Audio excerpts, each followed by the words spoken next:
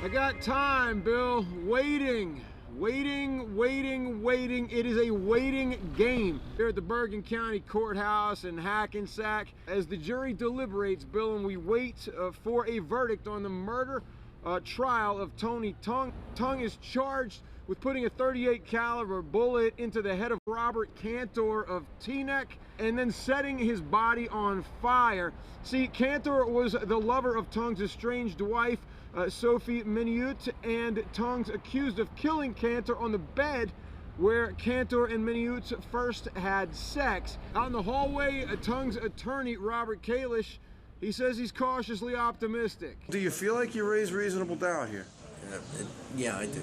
The circumstantial evidence, in my opinion anyway, is extremely weak. Prosecuting attorney Wayne Mello says he can't talk until there's a verdict delivered, but in the trial, Bill, he laid out direct and indirect evidence that he says proves Tung is the killer. Security video, spyware on his wife's computer, the inability to account for his whereabouts in the hours of Cantor's killing. Mello says that Tung's essentially the only one that could have performed the act.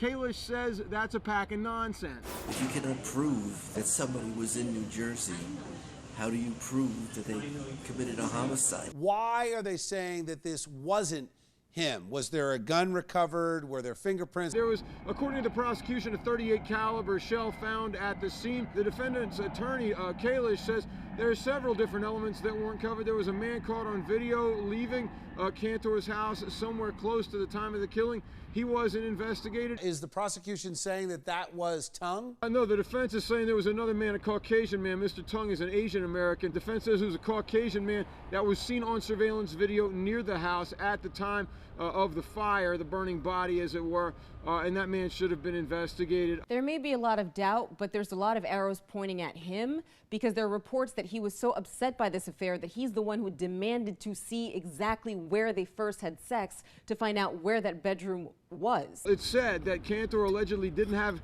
or didn't feel like he had anything to fear from Tung. He showed Tung that bedroom, but the killing didn't happen until something like a year later. And the defendant seems confident because as of now there's no murder weapon and there's no DNA evidence. It seems like both sides did a pretty good job here. Mr. Mello laid out a long list of different types of evidence, and Mr. Kalisch says that he's raised a substantial amount of reasonable doubt. Whatever it turns out to be, Bill, we hope to be here in Hackensack at the Bergen County Courthouse to find out what Mr. Tung's future will be, whether it'll be a long time in the Hooskow or whether he walks.